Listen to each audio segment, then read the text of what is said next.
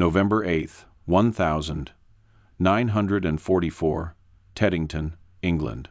The war was still raging across Europe, but in a quiet corner of the Admiralty Research Laboratory, another kind of battle was being fought, one of chemistry, metallurgy, and silence. Dr. James Whitmore adjusted his glasses and placed a sliver of steel into a tensile testing machine. The sample was small, just 2 inches long, half an inch wide, cut from the pressure hull of a captured German Type 7 U-boat. The submarine, U-534, had been scuttled 3 weeks earlier in shallow Danish waters. It was raised, drained, and dissected. What had once been a weapon of war was now evidence. The machine hummed to life. A dial began to climb as the steel was stretched, millimeter by millimeter, the numbers ticking higher: stress, strain, resistance. This was the kind of steel that, according to every German manual captured in France, should have withstood the crushing pressure of 200 meters of seawater, perhaps more. The design was sound. The math was proven. And yet, in that laboratory, the unthinkable happened. At a stress level equivalent to 140 meters, the specimen snapped cleanly, suddenly, with no warning at all. No gradual bend, no hint of fatigue, just a brittle crack, sharp as gunfire, echoing through the room. Whitmore stared at the broken ends. It didn't make sense. German metallurgy was famous, some of the best in the world. Their tanks, their armor, their weapons were all forged from steel that Allied engineers could only admire. So, why had this steel failed? He ran another test, another sample. The result was the same: 140 meters, a third identical. The pattern was undeniable. The steel of U-534 was weaker than the numbers claimed, far weaker. Somewhere between the furnaces of the Ruhr and the decks of the North Atlantic, something had gone wrong. Whitmore didn't yet know it, but the results he was seeing on that machine would soon unravel one of the quietest mysteries of the Battle of the Atlantic: why hundreds of German submarines had vanished without a trace. No wreckage, no radio calls, no survivors, just silence. And now, perhaps, the first clue lay broken on his workbench, a piece of steel that had betrayed the men who trusted it. The first tests were dismissed as anomalies, perhaps corrosion, perhaps poor sampling. But when every specimen failed the same way, the data stopped being a curiosity and became a question. Whitmore sent his report through internal channels, marked for technical review. The response was polite, cautious, bureaucratic. Repeat trials recommended. He already had, 3 times. Each one ended in the same brittle snap. In London, deep within the Admiralty's records section, analysts were working through a different kind of data: submarine losses. By late 1944, the Battle of the Atlantic had become a war of numbers: ships sunk, convoys lost, submarines destroyed. But the columns didn't line up. For every U-boat confirmed sunk by Allied attack, there were others that had simply disappeared. Positions transmitted by radio, patrol zones logged, and then nothing. No mayday, no final message, no contact. Dozens of boats, gone in deep water, without trace. Naval intelligence tried to explain it.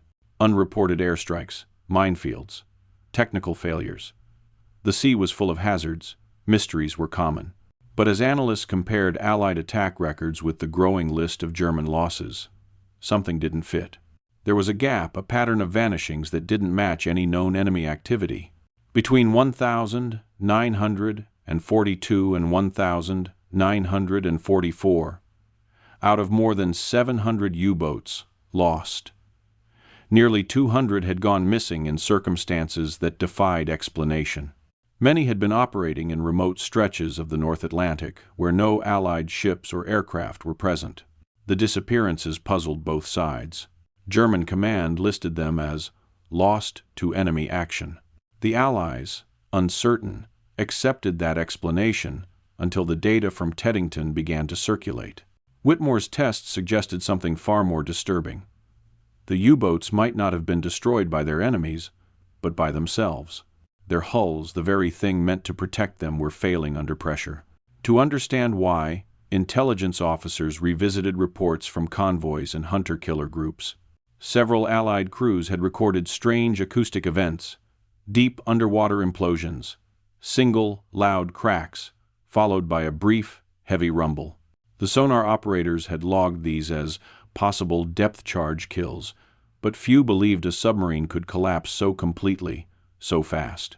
Now, those sounds took on new meaning. They might not have been explosions at all.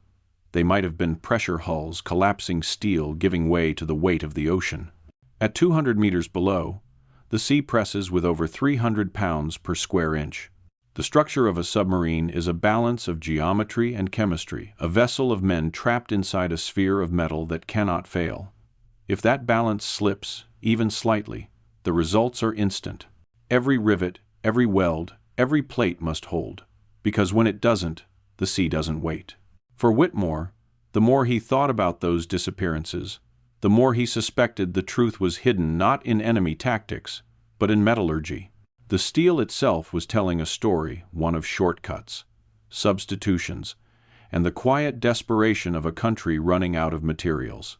In Berlin, engineers had long warned of shortages. Molybdenum, nickel, chromium, the elements that gave German steel its legendary strength, were increasingly scarce. By 1943, the supply lines from Norway and the Balkans were faltering. The Allied blockade was working. Factories kept producing, but quality slipped. It was an invisible decay, one that could not be seen or heard until a submarine dove past its limit and vanished forever. Back in Teddington, Whitmore prepared to move from testing to analysis. The broken fragments from U-534 were polished, etched, and examined under a microscope. What he found would confirm his suspicions and change how the Admiralty understood the war beneath the waves. The mystery of the vanished fleet was about to yield its answer, and that answer was written in the grain of German steel. The fragments from U-534 looked ordinary dull gray plates, edges sharp from the tensile machine's bite. To the naked eye, nothing seemed unusual. But under Whitmore's microscope, the steel's secret world came into focus. He began with the surface polish, then an acid etch to reveal the grain. The microstructure appeared on the lens like a map: crystals, boundaries, voids. In good steel, the grains are small and uniform, like packed sand on a beach. In this sample, they were coarse and uneven, islands of impurity separated by dark seams of slag. The lines told a story of metal made in haste, rushed through furnaces, rolled too fast, cooled too quickly. Whitmore noted it all carefully: grain size, slag inclusions, irregular weld marks. This was not the craftsmanship that Germany's engineers were famous for. It looked desperate. Then came the chemistry. He moved to spectrographic analysis, burning minute shavings of the sample in an arc of light to read their spectral fingerprints. Each element glowed at a different wavelength: iron, carbon, manganese, silicon, and something missing. The carbon, slightly high, making the metal brittle. Manganese, low, reducing strength. Silicon, within range. But molybdenum, the key alloying metal that gave steel its toughness, was almost gone. The reading showed less than 0.05%. By specification, the hull steel should have contained 5 times that amount. Whitmore leaned back. The implication was devastating. Molybdenum is not a glamorous metal. It doesn't shine like nickel or resist corrosion like chromium. But in structural steel, it is everything. At fractions of a percent, it prevents brittle fracture, allowing the metal to stretch and absorb energy instead of shattering. Without it, the steel behaves like glass under high stress. That single trace element, 0.25%, is what lets a submarine's hull bend rather than break. Whitmore's notes became more urgent. The data aligned too perfectly with the failures in the testing machine. Every sample that fractured early had the same deficiency. The math translated into life and death. At 0.25% molybdenum, the Type 7 hull could survive down to 280 meters. At 0.05%, The safe limit dropped to around 180 meters, exactly where so many U-boats had vanished. Germany's war machine had gambled with chemistry and lost. Through intelligence channels, reports confirmed what Whitmore suspected. Germany's imports of molybdenum had collapsed. Mines in Norway were exhausted, and overseas shipments were blocked. Domestic production couldn't keep pace with demand. The element was being rationed, reserved for tank armor, gun barrels, aircraft engines. Submarine hulls were now low priority. Somewhere in a Berlin office, a decision had been made to dilute the alloy, to trust that steel, close enough, would still be strong enough. It wasn't. The metallurgical data made that decision visible. Whitmore could see the shortcuts etched into every sample, the chemical fingerprint of desperation. He compiled his results into a formal report. Tensile strength approximately 30% below specification. Molybdenum content 80% below specification. Observed brittle fracture characteristics under stress. Estimated actual crush depth 180 meters. When the report reached the Admiralty, it was treated as more than a lab finding. It was intelligence, because in that weakness lay opportunity. If German submarines could not safely dive beyond 180 meters, then every Allied depth charge, every sonar contact, every engagement in deep water would have to be re-evaluated. Whitmore's discovery transformed metallurgy into strategy. The invisible failures inside the steel could now be turned into a weapon. He didn't yet know it, but his report would change how the Atlantic was fought and how it was won. The report reached London within days, a thin file stamped Confidential Technical Analysis, U-534.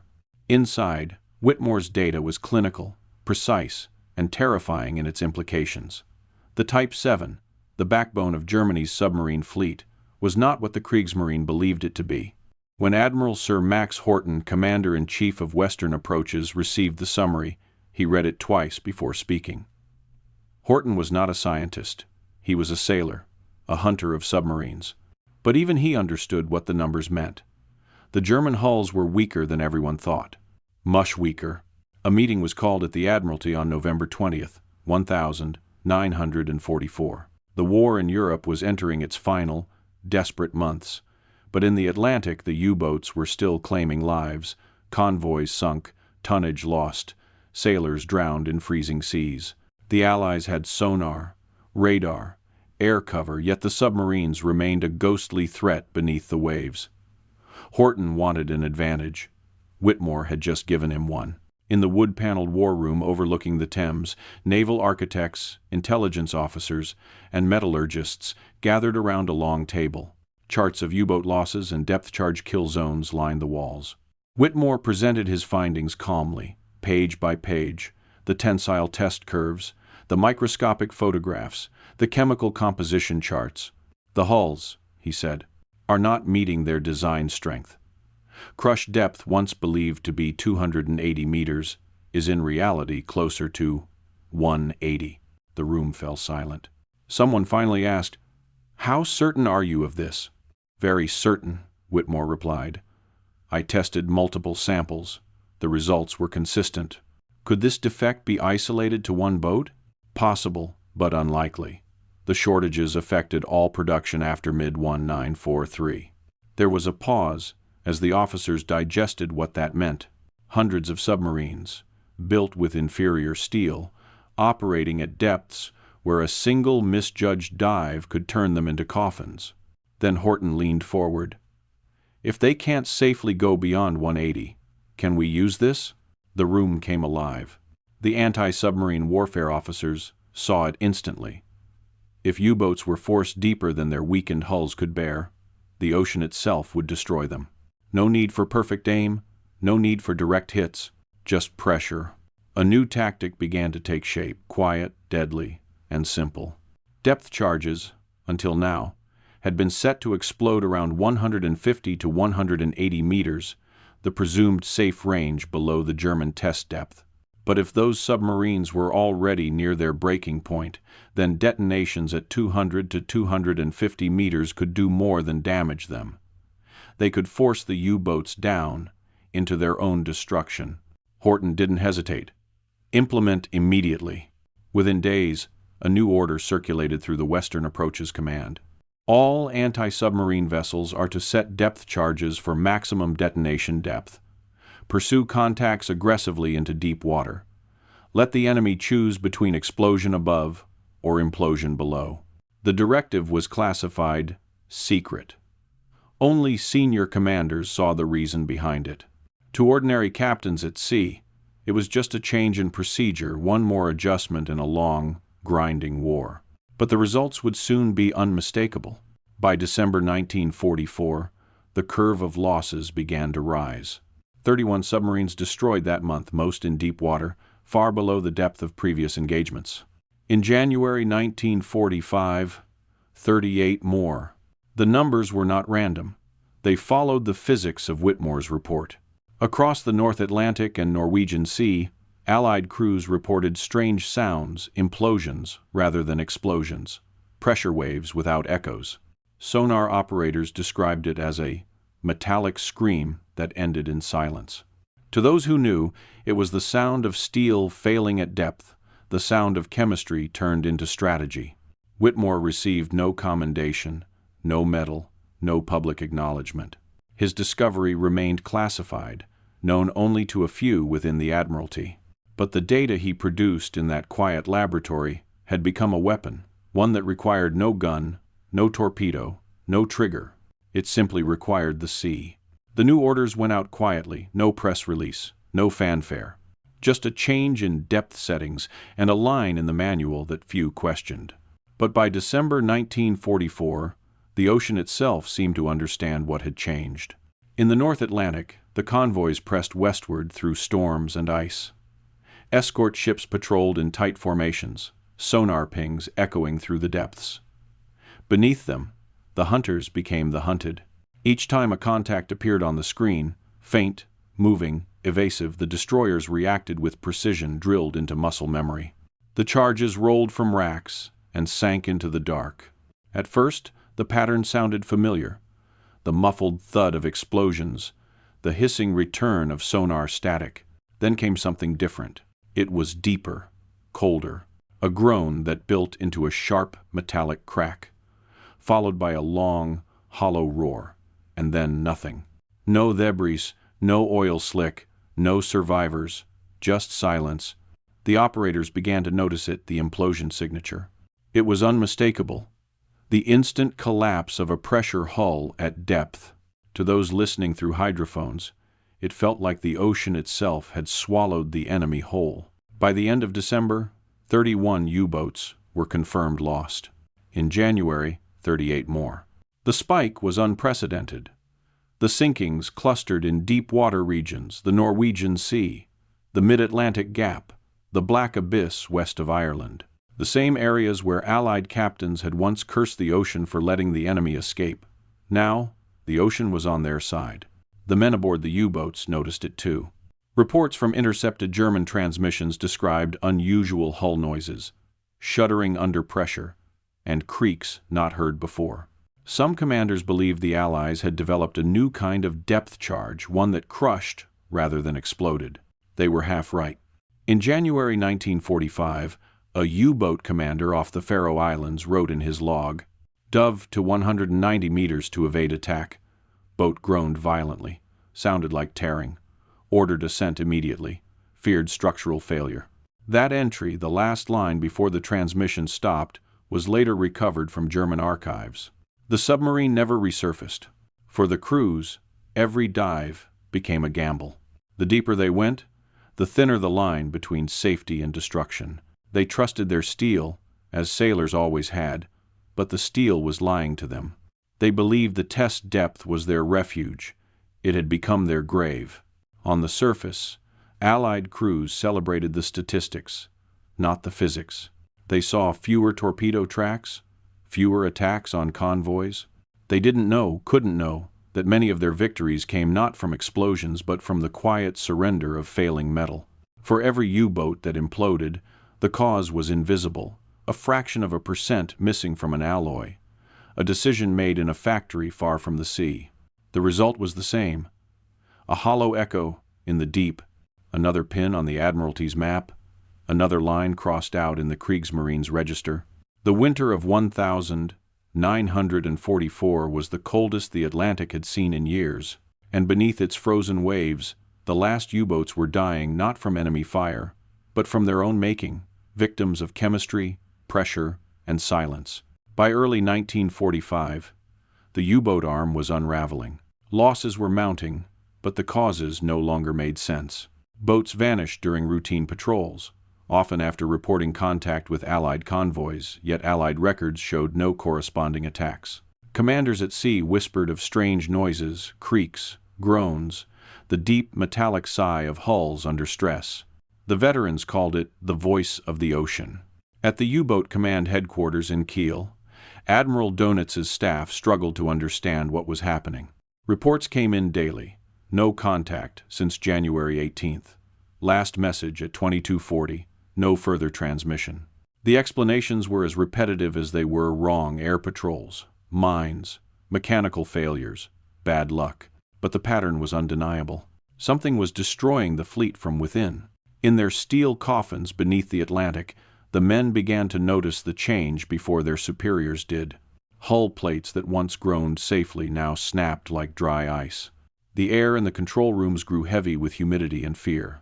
At depth, even the smallest noise could freeze a crew: the hiss of a pipe, the tick of a gauge, the sound of rivets shifting under pressure. Survivors from damaged boats told quiet stories during shore leave, stories that spread quickly through the bases at Lorient and Bergen. One crew claimed they heard an explosion far below them, not from a depth charge, but from another U-boat that had dived too deep. The sonar picked up a faint, grinding noise, then silence. No bubbles, no wreckage. The sea had swallowed them whole. By February, superstitions began to take root. Some said the Allies were using vacuum bombs that collapsed the ocean around them. Others believed the Atlantic itself had turned against Germany, that the sea was haunted by the ghosts of drowned sailors. Few dared to speak the truth aloud, that the boats themselves were breaking apart. A handful of engineers suspected what the sailors could not prove. They had seen the declining quality of steel arriving from the factories. They knew of the shortages, the molybdenum, the nickel, the chromium that made high-tensile alloys possible. But wartime Germany tolerated no doubt. To question the material was to question the Reich. In March 1945, Captain Lieutenant Wolfgang Schmidt of U-437 wrote in his personal notes, "Dove to 190 meters to evade aircraft. Hull vibrated violently. Heard cracking noises forward. Ordered ascent immediately. Boat survived by luck. I fear the metal itself is no longer trustworthy." Decades later, that logbook would be recovered from a private archive, its pages salt-stained, the ink blurred. It would confirm what Whitmore's laboratory had already proven months earlier. The steel was failing, one dive at a time. But in 1945, no one in the Kriegsmarine was ready to believe it. The command still spoke of courage and discipline. They still sent young men to sea in submarines made of steel that could not withstand the depths they were ordered to reach. The sea showed no mercy. For every submarine that vanished, another family received the same telegram. Your son is missing in action. The word missing became a euphemism, a hollow phrase hiding an invisible truth. The men were not missing. They were still there, lying in silence at the bottom of the Atlantic, entombed in metal that had betrayed them. May 1945. Germany surrendered. The Atlantic, at last, was quiet. For the first time in 6 years, Allied convoys crossed without fear of the periscope or the torpedo wake. The Battle of the Atlantic, the longest continuous campaign of the war, was over. But in the harbors of Britain, a new kind of work began. The surrendered U-boats arrived one after another, gray, scarred, exhausted. Over 150 submarines surrendered intact, their crews gaunt and silent. They tied up alongside the docks at Loch Erebol and Lisa Halley, their black hulls still wet with the salt of the ocean that had nearly claimed them. The Royal Navy engineers climbed aboard, measuring, recording, cutting. For the first time, they could see what the war had hidden beneath the waves. At the Admiralty Research Laboratory, Dr. Whitmore returned to his microscope. Samples were taken from dozens of captured boats, hull plates, weld seams, pressure bolts. Every test told the same story. Boats built before 1943 showed strong, uniform steel. Boats built later showed coarse grain, slag inclusions, and a steep decline in molybdenum content. The correlation was perfect as the war dragged on and Germany's resources collapsed. The steel grew weaker, the crush depth shallower, the risks greater. The submarines that vanished in 1944 and 1945 had not been destroyed by Allied weapons. They had been destroyed by their own materials. By autumn that year, the Admiralty compiled a comprehensive report titled Metallurgical Analysis of German Submarine Hull.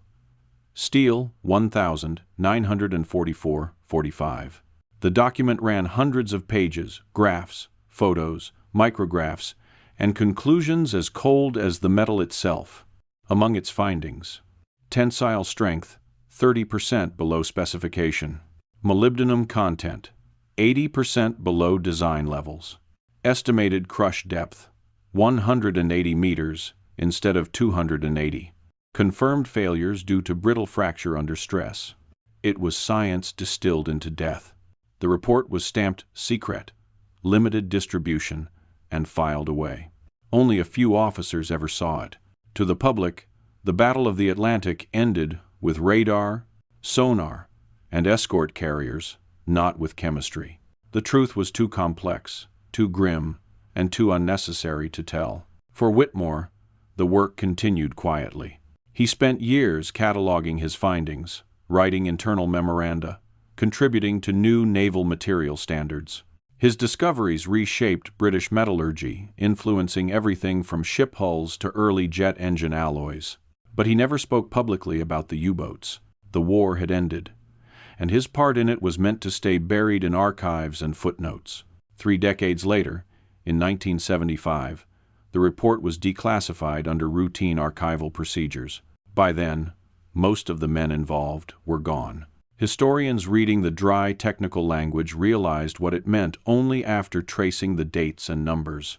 One British researcher wrote in the margin, "This is not just metallurgy. This is the story of 2,000 men who died from the absence of a single element." It was true. Between 127 and 170 U-boats were now believed to have been lost to structural failure. More than 1,500 sailors had died not from enemy torpedoes or bombs, but from the silent betrayal of their own hulls. The Atlantic had been their battlefield and their graveyard. Whitmore never sought recognition. When he retired in 1962, his students at Cambridge knew him as a quiet man who lectured on microstructures and alloy fatigue. They did not know that his work had once changed a war. In his office, he kept a single photograph, a black and white image of the tensile testing machine at Teddington. On the back, written in his neat hand, U-534, November 1944, failure at 140 meters. When the Admiralty's report was finally made public, it drew little attention. No headlines, no documentaries, just a quiet entry in the archives of the Ministry of Defense, another file from a war that the world wanted to forget. But among engineers and naval historians, it became something more. A parable written in steel. In the years that followed, metallurgists studying submarine design traced modern safety standards back to those brittle failures of 1944. New alloys, HY80, HY100, HY130, were created with exacting precision. Each batch tested, each plate inspected, each weld X-rayed before it ever touched seawater. The lesson was simple, brutal, and permanent. No compromise in pressure hull steel. A submarine can forgive no weakness. The discoveries from Teddington shaped that truth. Modern naval architects learned that chemistry could kill as surely as torpedoes.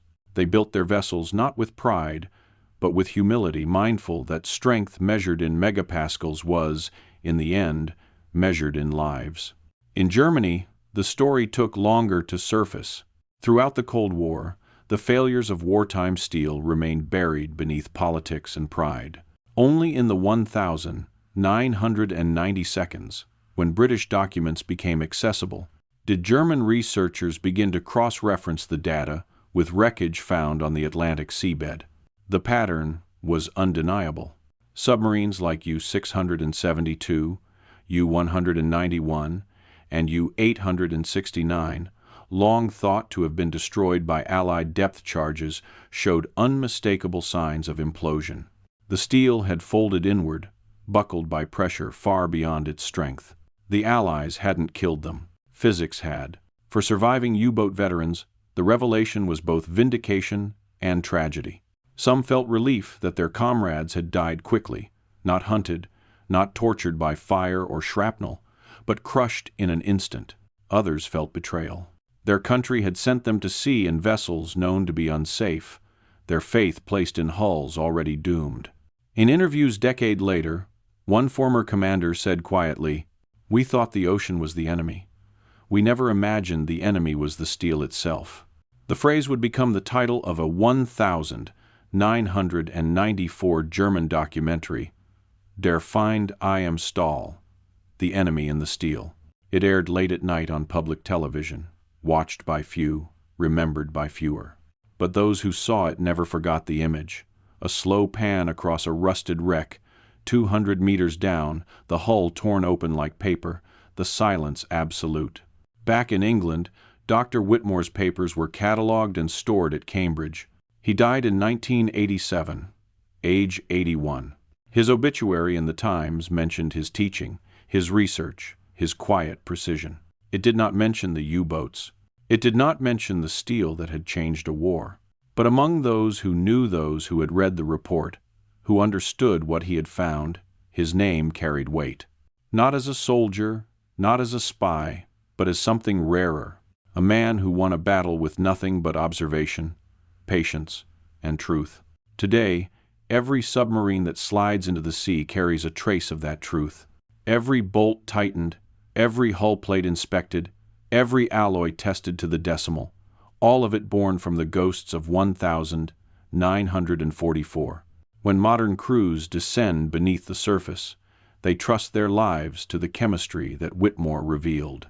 They dive deeper, safer, because the steel holds. Because someone, once, refused to stop testing when the numbers didn't make sense. The war taught that courage and tactics win battles, but science and integrity decide survival. Germany lost the Atlantic not just to radar and convoy tactics, but to missing molybdenum, a single element, a fraction of a percent, that turned submarines into tombs, and a single man, in a quiet English laboratory, who uncovered why. That is how wars are won, not only with weapons, but with the pursuit of truth. The Atlantic is quiet now. No pings, no explosions, only the low, endless heartbeat of waves moving over wrecks that once breathed fire and air. Far below, where light fades into black, the U-boats still lie. Steel, once proud, now folded like paper, their hulls collapsed inward under the weight of a world that no longer remembers them. The ocean has kept its promise to preserve what men tried to hide. Every shattered plate, every broken seam, still whispers the same truth. Metal remembers. Each rivet carries the memory of a decision made in haste, a shortage overlooked, a decimal reduced, a signature on a document that traded purity for production.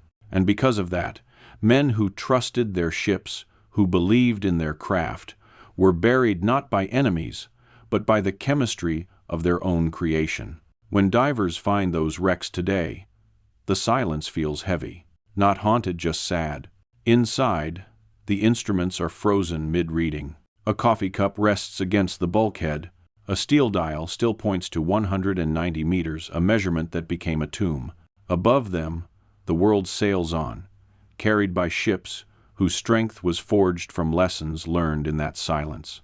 Modern submarines dive deeper, safer, because one man in 1944 refused to ignore the sound of steel breaking too soon. He didn't win medals or parades, but he gave the sea a boundary it could no longer cross, the line between safety and tragedy, knowledge and ignorance, life, and implosion. And so the story ends where it began, in a small laboratory, with a quiet man watching a piece of steel snap in half, and realizing that within that fracture lay the fate of thousands. The sea is vast, the wrecks are small, but the lesson endures, that truth, once discovered, never sinks.